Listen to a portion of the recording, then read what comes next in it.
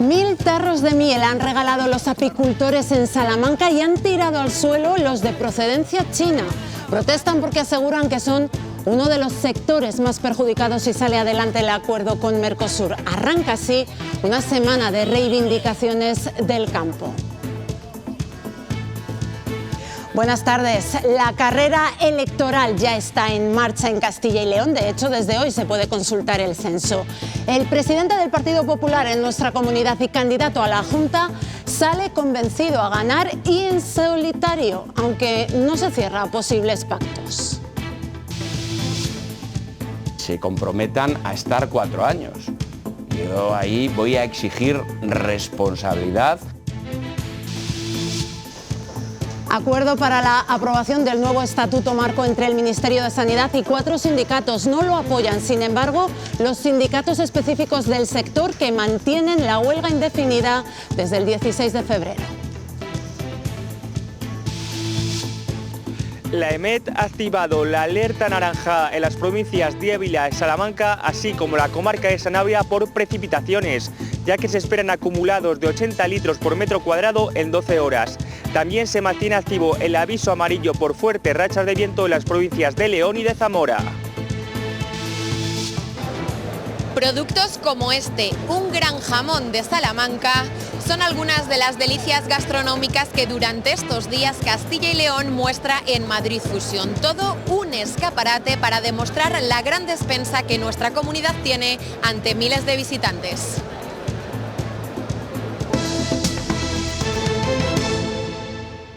Calienta motores la campaña electoral en nuestra comunidad. Sobre la mesa unos comicios que plasmarán de nuevo la dificultad de conseguir una mayoría absoluta. El presidente del PP de Castilla y León y candidato a la Junta ha analizado la situación de estas elecciones. Asegura que aspira a ganar para poder gobernar en solitario, aunque no se cierra a posibles pactos. Reflexiones que ha hecho en una entrevista concedida a Castilla y León Televisión y que podrán ver de forma íntegra hoy en Cuestión de Prioridades. Con un objetivo claro, salir a ganar y convencido de obtener un buen resultado que le permita gobernar en solitario, es la meta de Alfonso Fernández Mañoco ante esta carrera electoral, aunque si no se diera el caso, asegura que no le da miedo el diálogo y los acuerdos, pero con condiciones. El pacto tiene que ser con formaciones políticas que se comprometan a estar 4 años. Yo ahí voy a exigir responsabilidad. Para que no ocurra lo que sucedió la pasada legislatura con Vox, mientras que a su otro adversario, el Partido Socialista, le acusa de estar más preocupado de sus líos internos que de los problemas de Castilla y León y advierte. El modelo de gestión que ofrece para la Junta de Castilla y León es el modelo de gestión que ofrece Óscar Puente y el sistema ferroviario. Un panorama político a nivel nacional que irremediablemente salpica a estos comicios con asuntos que afectan de forma directa a nuestra comunidad, como es el caso de la financiación autonómica. Tiene que retirarse y si no, Castilla y León no irá a ninguna negociación bilateral con el Ministerio de Hacienda, con el gobierno de Sánchez. Aunque el candidato del PP quiere poner el foco de la campaña en lo que ocurre y preocupa aquí. De tener una política económica que permita crecer, crear empleo con los impuestos más bajos. Ofreciendo estabilidad y buena gestión para colocar a Castilla y León entre las mejores de España. Es el proyecto del PP para la comunidad. El PSOE de Castilla y León ha presentado su precampaña. Bajo el lema "Comienza el cambio", buscarán durante estas jornadas obtener la confianza de los ciudadanos de cara a las elecciones con el objetivo, dicen, de acabar con 40 años del Partido Popular. El secretario de organización ha vuelto a pedir un pacto público entre Partido Popular y PSOE para que gobierne la lista más votada. Esto es entre Mañueco y Carlos respecto a que facilitaremos que gobierne la lista más votada en caso de no ganar las elecciones una u otra formación, lo vamos a mantener. Pero ese acuerdo se tiene que producir antes de las elecciones, evidentemente. Izquierda Unida y Podemos se citan mañana para intentar llegar a un acuerdo y formar una coalición en las próximas elecciones autonómicas. Pero el portavoz nacional de Podemos reprocha que se retransmita esta negociación. Pablo Fernández dice que la unión de fuerzas a la izquierda del PSOE es necesaria.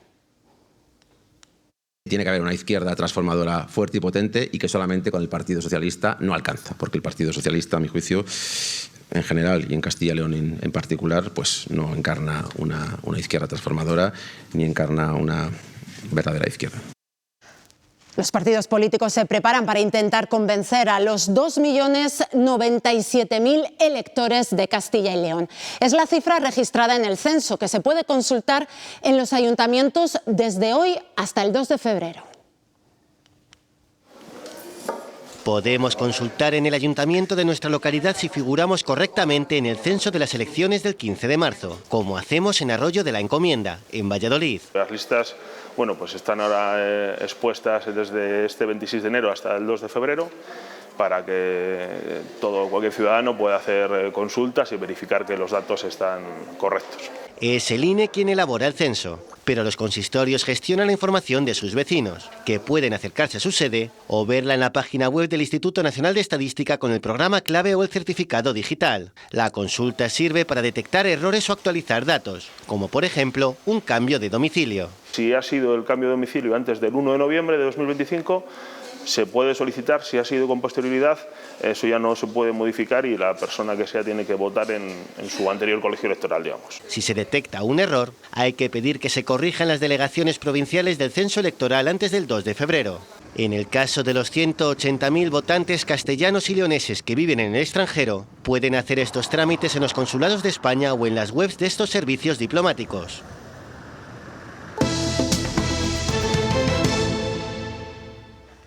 Repartiendo miles de tarros de miel y tirando al suelo otros tantos de procedencia china. Así han protestado los apicultores en Salamanca contra el acuerdo del Mercosur.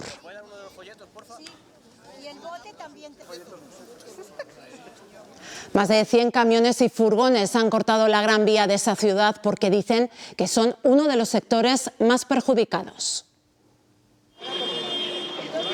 Hoy han arrancado las protestas de los agricultores que tendrán lugar durante toda la semana. No ha sido una manifestación al uso, ya que conscientes de todos los trastornos que ocasionan a la sociedad este tipo de actos, han querido compensarles repartiendo productos, en este caso miel, de calidad. Diferentes, afirman, a los que se encontrarán en los lineales y en los supermercados si finalmente se lleva adelante el acuerdo con Mercosur.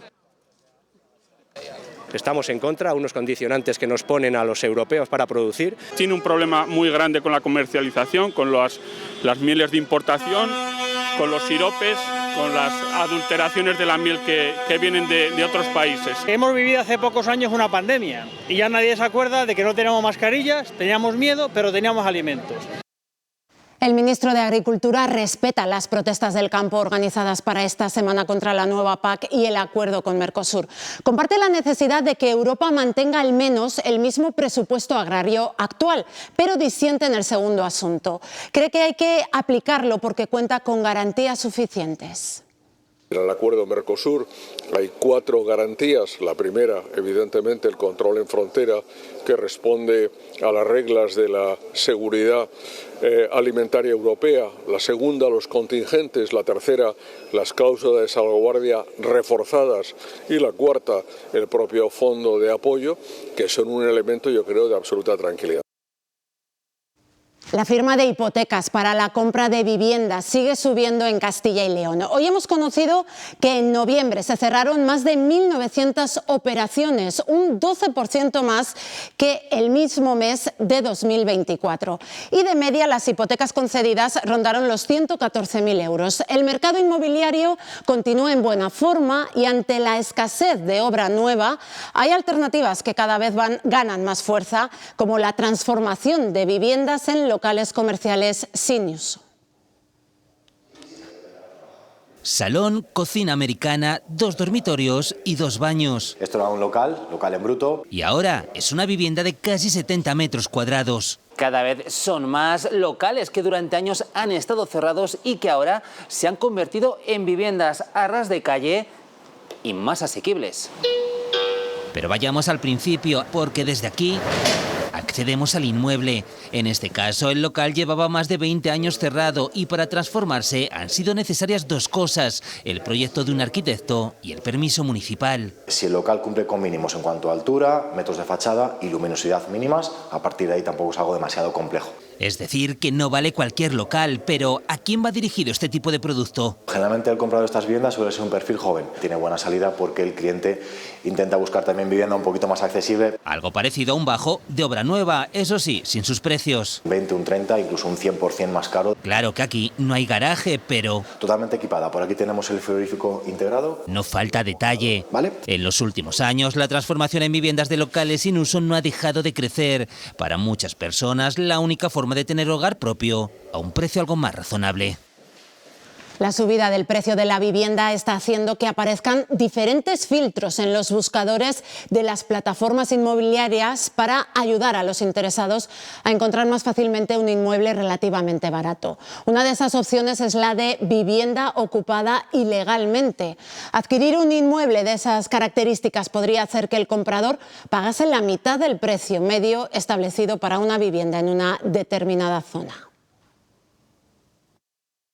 A la búsqueda de la compra de una vivienda en los portales inmobiliarios podemos añadir, como ven, el filtro de ocupada ilegalmente. Ahora mismo son 340 las viviendas en posesión que se están anunciando a la venta en Idealista. Y las provincias donde más ha aumentado su venta son Ávila y Burgos, a diferencia de Zamora y Soria. En Zamora, por ejemplo, la caída supera el 28%. De hecho, la ciudad de Soria es la única capital española en la que no existen viviendas en posesión en el mercado. En otras provincias como Ávila, el incremento se acerca al 50% y en Burgos se situaría en el 20% de crecimiento. Aunque son cifras que no deben activar las alarmas, porque Castilla y León solo acumula el 1% de los anuncios de todas las viviendas ocupadas en España, lejos del 40% de Cataluña o el 20% de Andalucía. Es residual el número de compraventas que podemos hacer con esta situación. Este tipo de operaciones entiendo que las harán inversores que cuentan con una capacidad económica buena para poder afrontar este tipo de operaciones y los riesgos que supone. Porque el precio de estos pisos es un atractivo para los inversores. Ante el tedioso proceso de desalojar a los ocupas, son cada vez más los propietarios que optan por vender a pérdidas. Por ejemplo, en Valladolid podemos encontrar pisos por debajo del precio medio habitual. En Valladolid el precio medio en venta estaría en torno a los 120 a los 150.000 euros aproximadamente. Desde el sector inmobiliario reclaman un cambio urgente de políticas para hacer frente a la ocupación. En 2024 el número de denuncias aumentó un 7% respecto al año anterior.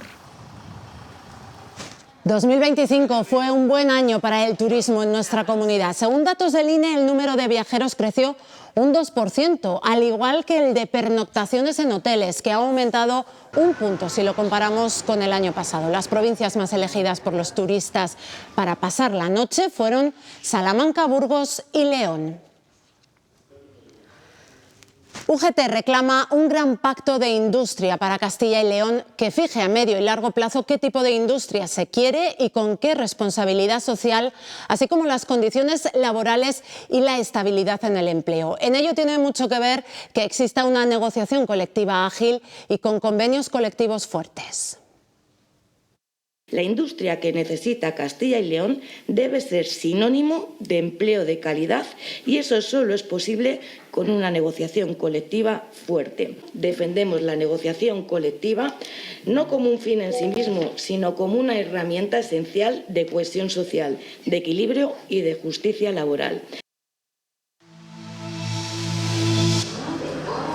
Una rotura en la línea de alta velocidad en un tramo de la provincia de Tarragona ha obligado a Adif a reducir la velocidad de los trenes a 80 km por hora durante el recorrido. Este nuevo incidente se suma a otras limitaciones de velocidad que ya afectan a trenes AVE e Irio en varios puntos de la ruta entre Barcelona y Madrid.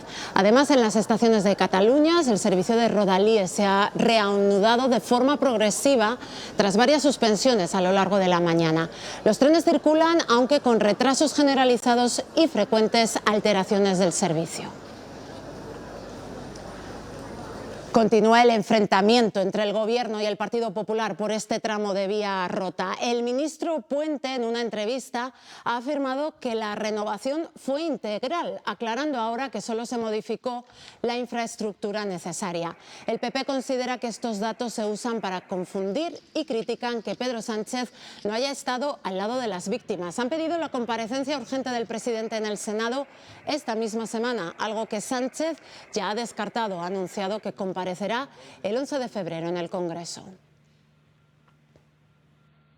Lo que está claro, se diga lo que se diga, es que el mantenimiento de la red ferroviaria española es manifiestamente insuficiente. El señor Sánchez no le puede pedir a nadie que dimita por falta de gestión o por mentir, porque eso supondría la dimisión de él mismo, y necesita un cortafuegos. Damos a conocer la verdad. Nuestro compromiso es con la verdad. Una investigación rigurosa, una actuación transparente, sin atajos y sin ocultaciones.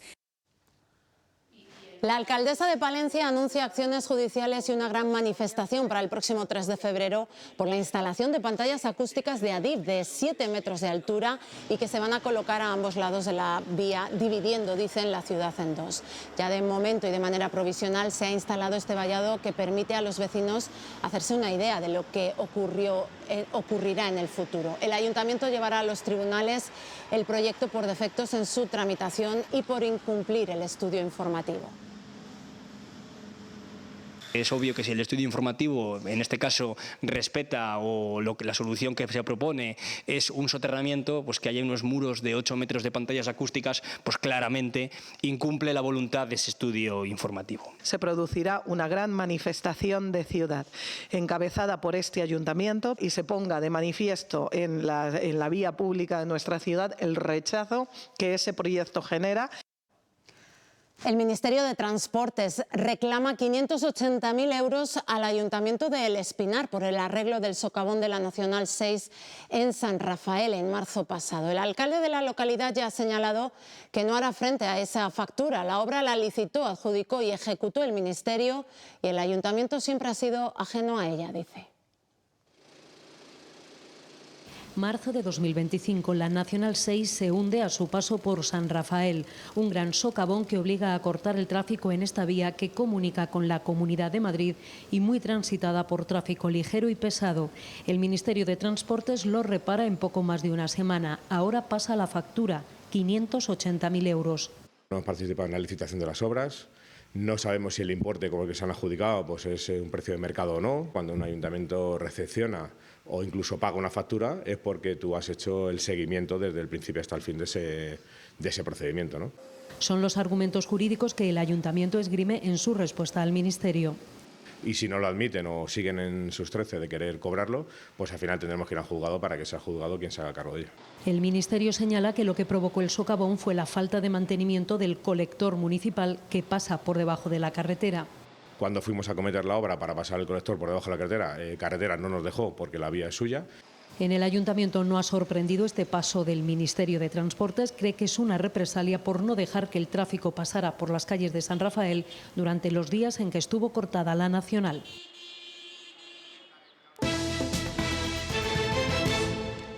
El Ministerio de Sanidad y los sindicatos Comisiones Obreras, SATSE, CESIF y UGT han alcanzado un acuerdo para la aprobación del nuevo Estatuto Marco tras algo más de 3 años de negociaciones. Este lunes, los representantes de las 4 agrupaciones sindicales y la ministra de Sanidad han formalizado la firma del acuerdo. Este entendimiento no cuenta con el respaldo de los sindicatos exclusivamente médicos, que mantienen la huelga indefinida a partir del próximo 16 de febrero. Alcanzado un acuerdo que llevamos trabajando de manera casi artesanal desde hace más de 3 años. Y fruto de este trabajo hemos conseguido incorporar más de 100 mejoras y más de 100 cambios. Es la percha sobre la que cuelgan todas las demás normas que afectan al personal de la sanidad pública. El Centro de Simulación Clínica Avanzada de la Universidad de Valladolid aumenta su capacidad de formación. Está en la Facultad de Medicina y es pionero en la formación y práctica de los alumnos en simulación de casos reales. Esta nueva ampliación es la 5ª desde que se puso en marcha este centro en 2017. Hoy se han sumado un nuevo espacio de simulación de una consulta de atención primaria y también un espacio de simulación de atención a víctimas de emergencias en la vía pública y también dentro de una ambulancia. Aquí los estudiantes de medicina practican no tanto la aplicación de técnicas como la reacción y sobre todo la toma de decisiones en sus puestos de trabajo real. En todo momento son monitorizados por los profesores que luego debaten y analizan la reacción médica. La quinta ampliación del Centro de Simulación Clínica Avanzada incorpora una consulta de atención primaria, esta sala de simulación de atenciones a pacientes de emergencias en la vía pública y una unidad de soporte vital avanzado, es decir, una ambulancia. Incluso de tercer curso, cuando empiezan las asignaturas clínicas, quieren poder asistir a este centro, y eso es lo que queremos proporcionar. Los alumnos simulan situaciones de reacción en las que actúan mientras son supervisados por los docentes. A los alumnos se les presenta un caso clínico igual que podría ocurrirle a un profesional en distintos contextos.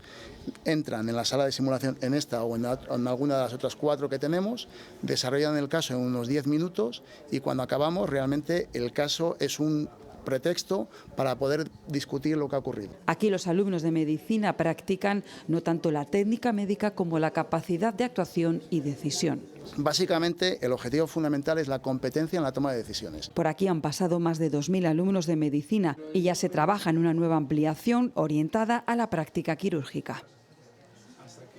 El secretario general del PSOE de Castilla y León ha visitado el Centro de Investigación del Cáncer de Salamanca.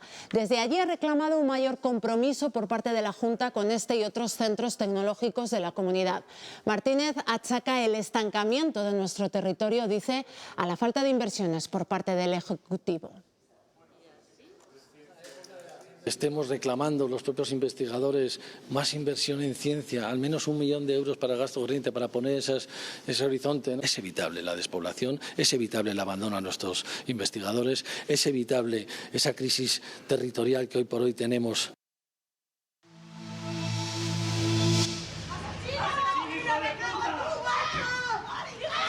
Entre gritos e insultos entraba en los juzgados el acusado de asesinar a su pareja en agosto de 2023 en Béjar. Hoy ha arrancado el juicio en Salamanca por este asesinato machista con la formación del jurado popular. La Fiscalía pide 21 años de prisión y la acusación particular 25. La defensa sostiene que fue un homicidio imprudente y que el hombre se encontraba bajo los efectos del alcohol y de las drogas. La mayoría de los divorcios se resuelven en los tribunales, pero hay una alternativa: acudir a la mediación familiar, un recurso público gratuito que ofrece la Junta a través del Colegio Oficial de Psicólogos. Ayuda a las familias a alcanzar acuerdos en procesos de ruptura de forma dialogada. Ya son más de 15.000 los castellanos y leoneses que han acudido a este servicio. Cuando una pareja con niños se rompe, dicen los psicólogos, debería de hacer lo posible para que esa situación sea lo menos traumática posible. Sin embargo, el rencor, la tristeza, el odio o la culpa son sentimientos que ayudan poco en las separaciones. Y entonces a veces esos acuerdos a los que se debería de llegar con normalidad y pacíficamente por el bien de los niños, pues se complican. Los niños acaban pagando las consecuencias de ese conflicto que se genera de intereses. Por eso a veces es necesario esa tercera persona, un mediador, para ayudar a los adultos a ver las cosas de otra forma, a entender que ambos son víctimas y culpables de sus propias decisiones. Si ellos no son capaces de llegar a esos acuerdos de una manera pacífica y ordenada, pues para eso lógicamente están los profesionales. Con los mediadores se negocia todo, desde la custodia de los niños hasta el reparto de los bienes. Es un servicio gratuito y evita una guerra larga y costosa en los tribunales. Hay unas reglas para realizar las mediaciones que todas las partes tienen que cumplir y es más o menos una comunicación positiva. Este acuerdo podría quedarse en el ámbito privado o llevarlo ante un juez para que lo ratifique y le dé valor de sentencia.